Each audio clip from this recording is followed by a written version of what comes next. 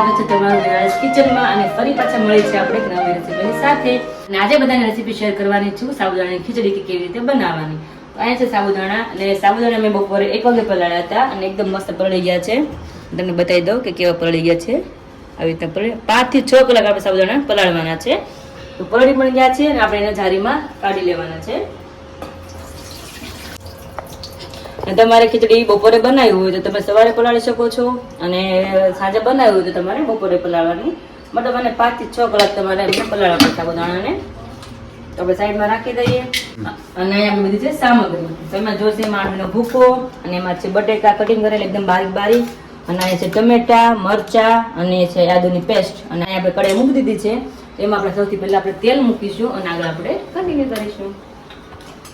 તો મેં કઢાઈ મૂકી દીધી છે અને ગરમ પણ થઈ ગઈ છે અને આપણે એમાં 4 પાવડા તેલ મૂકી દીધા છે.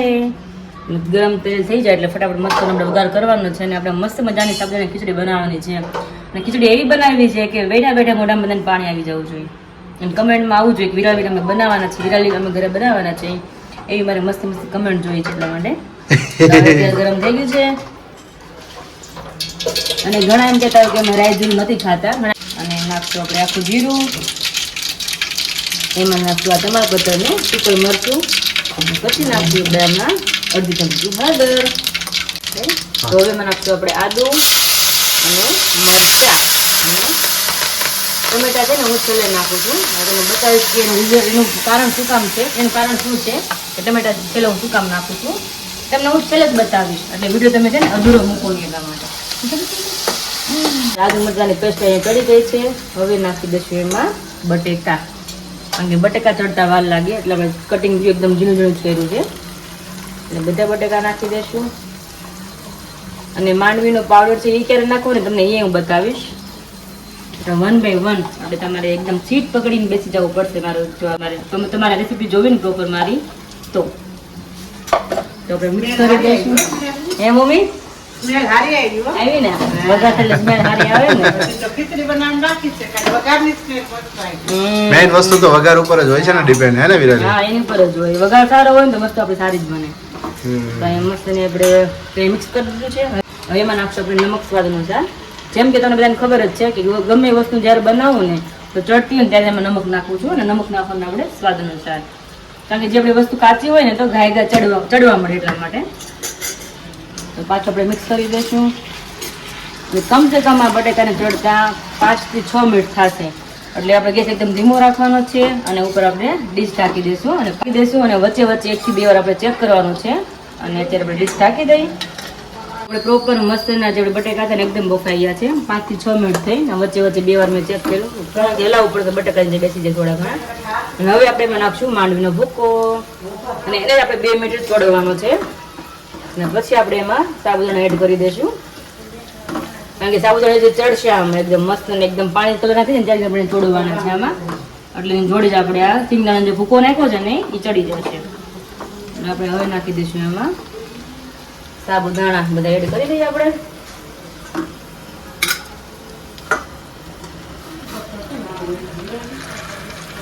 બધા સાબુદાણા આપણે એડ કરી દઈએ અને જાળીમાં લઈ લીધા હતા એટલે બધું પાણી નીકળી જાય. હવે આપણે એને પ્રોપર મિક્સ કરી દઈશું. મને એકચ્યુઅલીમાં એવું લાગે છે કે મારું બાઉલ જ નાનું પડવાનું છે. બાઉલ નાનું પડશે? હે નહીં વાંધો આવે. નહીં વાંધો આવે ને? નહીં વાંધો આવે. તો વાંધો નહીં. બાકી ઘટવું ના જોઈએ વિરાલી. ઘટશે તો નહીં આજે. કારણ કે આજ બધા બપોરના થોડા ભૂખ્યા છે નહીં મમ્મી? બપોરના ભૂખ્યા શું કામ છે એ તો ખબર જ હશે. બ્લોગ જો તમે તો હે મમ્મી? મહેનત એટલી કરીને 11 વાગે કઈ ખબર પડી. હા સાચી વાત છે મમ્મી. નકર છે ને નવરા હોય ને એને ખાવું એક ધારું એવું થયા કરે ને ભૂખ લેગા કરે. ના તો ટાઈમ ક્યાંય ગયો ને તે ખબર જ નથી બિલકુલ. પણ આજે આખો દિવસ રેસીપીમાં જ આપણો સ્પેન્ડ થઈ ગયો છે ને. હા આખો દિવસ રેસીપીમાં અને કામમાં જ. બપોરે હું 2 મિનિટ લાંબી નથી થઈ. બોલો બપોર વચ્ચે હું વિડીયો એડિટ કરી દીધી. કારણ કે બધા રેસીપી આપણે શૂટિંગ તો કર્યું, બધા ઘરે ઘરે આપણે રેસીપી પોગાડવી તો પડે ને ટાઈમે. તો એ ઘરે બનાવી શકે એટલા માટે જોઈને વિડીયો આમ પડી જવાની છે. તો બટેકા અને સિંગદાણાનો ભૂકો અને સાબુદાણા મિક્સ થઈ ગયું છે. અને હજી આપણે ખીચડીને 5 મિનિટ ચોળવાની છે અને તે એકદમ મસ્ત એના પાણી કલરના થઈ જાય અને એકદમ ખીચડી આપણી છૂટી થશે. એટલે 5 મિનિટ ચોળવાની છે અને આને આપણે વચ્ચે વચ્ચે ચેક કરતું જવાનું છે. 5 થી 6 મિનિટ ચોળવાની ખીચડી. અને થોડીક બાકી હોય ને થોડીક બાકી હોય ને ચડવાની ત્યારે આપણે ટમેટા એડ કરવાના છે. કારણ કે ટમેટા છેલ્લે એટલા માટે નાખું છું કે ટમેટા આપણે પહેલાં નાખીએ ને તો ટમેટાની ખાલી આપણે છાલ જ મળે ખાવા. ટમેટા તો ક્યાં ગયા ને દેખાય જ નહીં, વીણવા પડે. એટલે આપણે દરેક હું ટમેટા છેલ્લે જ નાખું છું. એટલે થોડી વાર આપણે ડીશ ઢાંકી દઈએ અને ચડવા દઈએ 5 મિનિટ જેવું થાય એટલા માટે. પછી આપણે ચેક કરી લઈએ. રેડી ને? તો મસ્ત આપણી ખીચડી એકદમ મસ્ત ચડી ગઈ છે. અને હવે આપણે એમાં નાખશું ટમેટા જે આપણે બાકી રાખ્યા હતા એ. તો ટમેટા એડ કરી દઈએ અને હવે નાખશું એમાં 1 લીંબુનો રસ.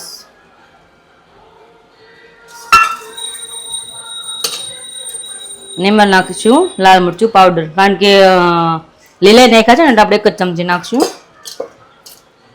અને 1 ચમચી ધાણા જીરું પાવડર, લીલા ધાણા. હવે બધો મસાલો નખાઈ ગયો છે ને હવે એક વાર જ મિક્સ કરવાની છે મસ્ત ખીચડીની. તમે જોઈ શકો છો કે ભલભલાને મોઢામાં પાણી આવી શકે છે મારી ખીચડી જોઈને. ખીચડીને આપણે ઢાંકીને મૂકશું ને એટલે ટમેટા ઓટોમેટિક ભરાવાથી ચડી જશે. એટલા માટે ટમેટા હું છેલ્લે જ નાખું છું. ટમેટા વસ્તુ એવી છે કે આપણે ખાવી ગમે એટલે થોડાક કાચા જેવા હોય ને તો ભાવે ખરે આપણે પ્રોપર ચડી જાય છે.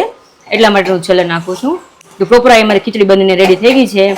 તો મને જરાક જણાવજો આકાશજી કે તમને ખીચડી અમારી કેવી લાગી? સુગંધ બહુ સરસ આવે છે. હે ને? યસ. તો વાંધો નહીં.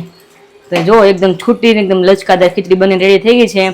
આઈ હોપ કે તમને મારી ખીચડીની રેસીપી ગમી છે. તો મને મસ્ત કમેન્ટ કરી આપજો અને ફરી પાછા મળીએ આપણી નવી રેસીપીની સાથે. ત્યાં સુધી બધાને જય શ્રી કૃષ્ણ અને જય સ્વામિનારાયણ. આવી અવનવી રેસીપી જાણવા માટે મારી ચેનલને સબસ્ક્રાઈબ કરી દેજો.